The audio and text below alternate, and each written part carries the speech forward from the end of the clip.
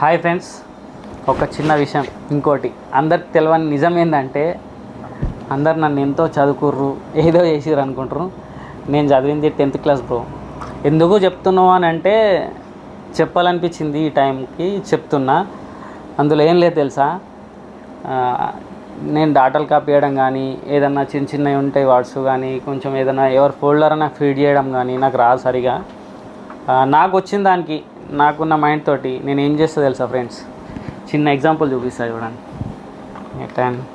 ఇందులో ఏదైనా ఒక ఫోల్డర్ పెట్టుకొని, ఆ ఫోల్డర్కి ఇది గుర్తులా తీసుకొని పెట్టుకుంటే, ఇట్లా ఫోటో స్క్రీన్ షాట్ కొట్టుకొని, ఈ ఫోటోను స్క్రీన్ షాట్ పెట్టేసి దాంట్లో ఉన్న ఫోల్డర్ అన్నీ ప్రింట్అవుట్ చేసి ఇట్లా హార్డ్ డిస్క్లో అతికించుకుంటా.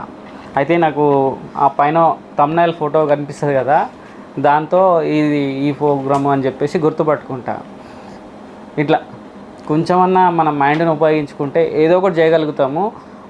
అట్లే ఎందుకు చెప్తున్నా అబ్బా ఇన్ని రోజులు లేనిది ఇప్పుడు ఎందుకు చెప్తున్నా అంటే, చెప్పాలనిపించింది. నేను నా జర్నీని నా ఫ్రెండ్స్కి కానీ, నా కస్టమర్స్ కానీ, నా ఫ్యామిలీస్ కానీ, కొందరికి తెలుసు, కొందరికి తెలియదు.